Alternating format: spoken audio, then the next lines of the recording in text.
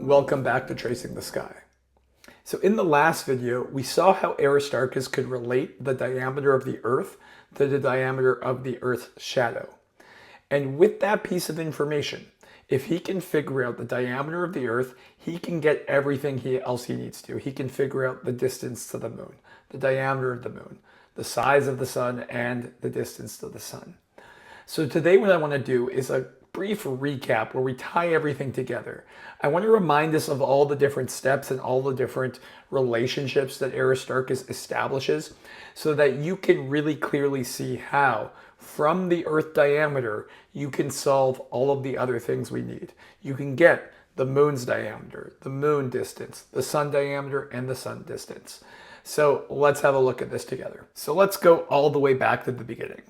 The first thing Aristarchus realizes is what it means when we see a half moon. When we can see exactly half a moon from Earth, it must mean that the moon, the sun, and the Earth form a right angle triangle.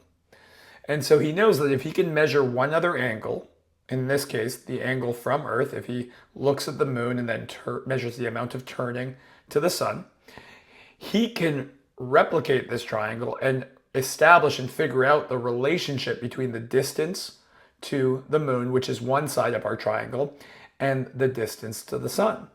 And when he does this, he realizes that the distance to the sun is 19 times greater than the distance to the moon. So if you have one sun distance, like we have here, that's the equivalent of taking the distance to the moon and stacking it 19 times. You could fit 19 of these lengths in the distance to the sun.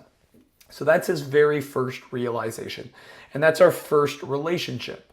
And you can see how we can represent that. The sun distance is equivalent to 19 moon distances. So that's step number one.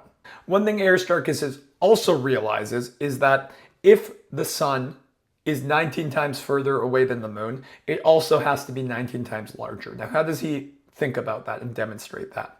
Well, when you look at the sun and the moon in the sky from Earth, they appear to be the same size. If you measure them, they're the same size. And during a solar eclipse, we get a solar eclipse when the moon covers the sun and it just covers it perfectly. Now, using this kind of diagram here, you can see why if the sun is 19 times further away, it must also be 19 times larger. So this represents how we see the size of the moon and the size of the sun from Earth. The amount of turning we observe is the same, right? The amount of turning, if you measure from one side of the moon to the other, is the same amount of turning as the sun. Even though it's much larger and much further away, the amount of turning is the same because of how the light hits us, how it contracts when it gets to us. And so here you can see we can represent two triangles. We can represent one triangle with a length here, which is the distance from the Earth to the moon and the radius of the moon, right? So that's what this line here is, the radius of the moon. And then here we have a triangle from the Earth to the sun and the radius of the sun. Now you can see that these two triangles share an angle in common. They share this angle in common. And when two right angled triangles share at least one angle in common, it means they share all angles in common. And so the ratio of these sides, right, when a right angled triangle, if you draw it, no matter how big or small, the ratio of the sides is going to be the same, right? So if the angles are the same, the ratio of the sides. So that means the radius of the sun divided by the distance to the sun is the same as the radius of the moon divided by the distance to the moon. Well, if the sun is 19 times further, in order for that relationship to be the same, in order for the ratios to be the same, then the size also has to be 19 times greater. So the diameter of the sun is the same as 19 moon diameters, right? That just means that the sun is 19 times larger than the moon. You could fit 19 moon diameters inside of the sun's diameter. So that's Aristarchus's next step, is he realizes now if he can figure out the distance to the moon, he multiplies it by 19 and he gets the distance to the sun. If he can figure out the diameter of the moon, he multiplies it by 19 and he gets the diameter of the sun. So now he doesn't need to worry about the sun for now. He can focus on figuring out the distance to the moon and the diameter of the moon. So let's see his next step. So the next thing Aristarchus does is actually measure the diameter of the moon. So he just measures the amount of angular diameter, the amount of turning if you go from one end of the moon to the other. And he measures about half a degree. And so then he thinks about the moon orbiting around the Earth. And he realizes that there are 360 degrees in a circle. So if each moon is half a degree, you could fit 720 moons in the circumference of its orbit around the Earth, right? So there are 720 moons in the circumference. And what we also looked at and what Aristarchus knew is that there was a relationship between the circumference of a circle and its radius here. And in our case, the radius is the distance from the Earth to the moon. So there's a relationship he could establish. He could say, okay, well, the circumference is equal to 720 moon diameters, which is equal to 2 times pi times the moon distance. Remember, the formula is circumference is equal to 2 pi r. So all we've done is substitute. Instead of writing circumference, we wrote 720 moon diameter. And instead of writing radius, we wrote the moon distance, right? That's what this radius is here. It's just the distance to the moon. And so Aristarchus is now realizing that there's a relationship between the moon diameter and the moon distance. And he can represent that in one of two ways. He can figure out what the moon diameter is by dividing both sides by 720, right? So he can say, well, if I figured out the moon distance, I could multiply it by pi and multiply it by 2 and then divide it by 720 and I would get the moon diameter, or vice versa. If he can figure out the moon diameter, he just multiplies it by 360, divides it by pi, and then he gets the moon distance. All these two things is just simplifying this relationship here, right? It's simplifying it in one of two ways. And so Aristarchus now knows that he doesn't need to figure out two pieces of information, or four, right? He started with wanting to know the diameter of the sun, the distance to the sun, the diameter of the moon, and the distance to the moon. 4 different pieces of information. Then he realized, well, I can just figure out the moon diameter and the moon distance, and then I can figure out the sun from there. Well, now he just needs one piece of information. Either he needs the diameter of the moon or the distance to the moon. And from that, he could get all the rest. So he's simplifying which pieces of information he needs to solve. And so then let's see what he does next. Well, the next really clever thing he does is he figures out a relationship between the diameter of the moon and the Earth's shadow. He looks at a lunar eclipse. That's when the moon is passing through the Earth's shadow. And he times how long it takes for the moon to be covered by the Earth's shadow, and then how long it takes it to peek out the other side. And he's able to then figure out how many moons fit inside of the Earth's shadow.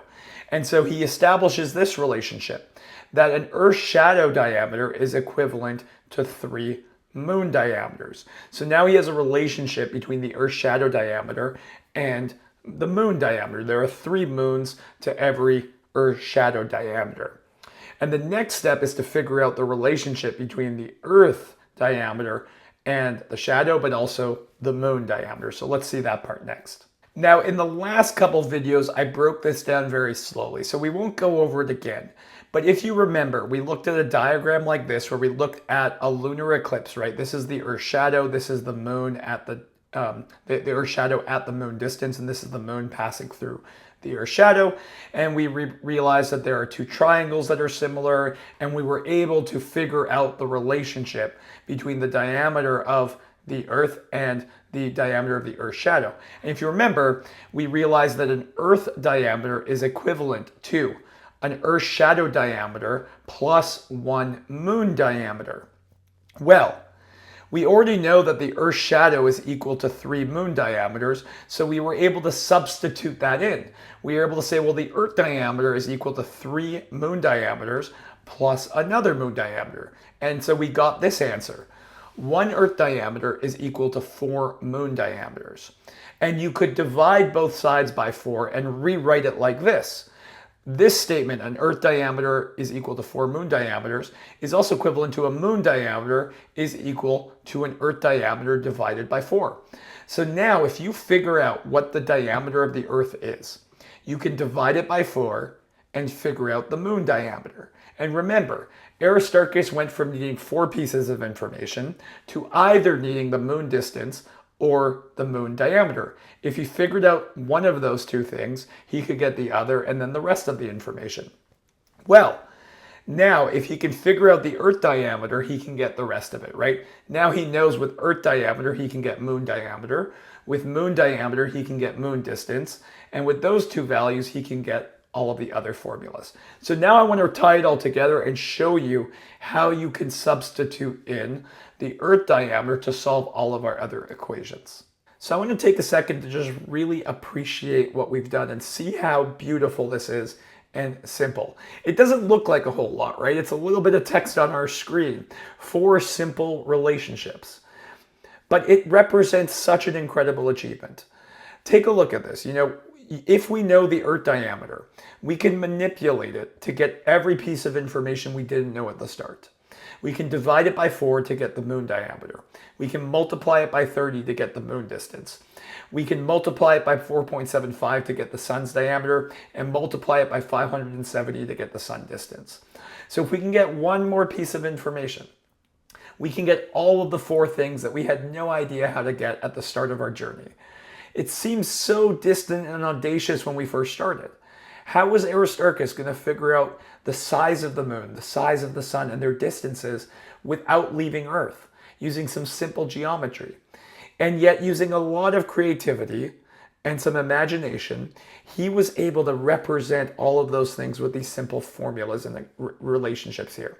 It's really miraculous to me. It really shows you the power of the human mind. What you can do with your imagination and with a little bit of knowledge and some really powerful principles, you can solve problems that seem insurmountable. And that's what Aristarchus has given us. So he still needs to figure out the diameter of the Earth. He's not done yet.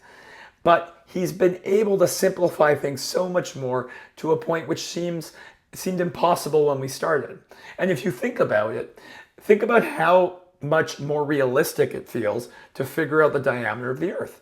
Like we kind of teased last time. Well, now all he has to do is walk around the Earth and he can figure out the circumference and then the diameter, right? That still seems hard, but way less hard than trying to figure out how to go into outer space and, measure the distance to the moon. So now he has something really close to Earth that he can figure out. So I have some bad news and some good news. The bad news and kind of sad part of the story is that Aristarchus never figures out the diameter of the Earth. He doesn't do it in his lifetime. He doesn't go walk around the Earth and measure its diameter. The good news is that somebody does shortly after he dies, and they do it without walking around the Earth. They use similar principles and similar amounts of imagination and creativity to figure out the diameter of the Earth without having to walk around it. So in the next video, we'll cover that. We'll cover Eratosthenes and what he's able to do to figure out the diameter of the Earth and finish what Aristarchus started. Now, before we wrap up, I just want to add one more fun fact about Aristarchus. You've seen that from his formulas, he's established that the sun is about 4.75 times larger than the Earth. Right, let's round up. It's about 5 times larger than the Earth. Now that number is wrong, right? It's an underestimate. The sun's actually much larger. But Aristarchus does at least know that the sun is larger than the Earth according to his measurements and his relationships. And so he has a really interesting realization and kind of question he asks himself. Does it make sense that the smaller thing is at the center of the universe? Right? Remember, up until this point, everything we've seen looks like the sun is going around the Earth. The stars are going around the Earth. The moon's going around the Earth. Everything appears to be rotating around the Earth. But Aristarchus just wonders, does it make sense that that's what's happening if the sun is larger? Now, he doesn't go any further than that, but it's just a really fun, interesting tidbit that Aristarchus is technically one of the first astronomers to contemplate the heliocentric model. Remember, we call it the geocentric model when we're thinking about the Earth at the center of the solar system. And the heliocentric model is when we propose a model where the sun's at the center. Heliocentric is sun-centric. So Aristarchus is actually one of the first to contemplate this, based off of his his realization so far that the sun is larger than the earth. So that's just a little fun fact to leave you with at Aristarchus. I hope you enjoyed this series as much as I did, and I hope you have a real appreciation for Aristarchus and what he was able to do. In the next video, we'll look at Eratosthenes and how he's able to finish Aristarchus's journey. I'll see you next time.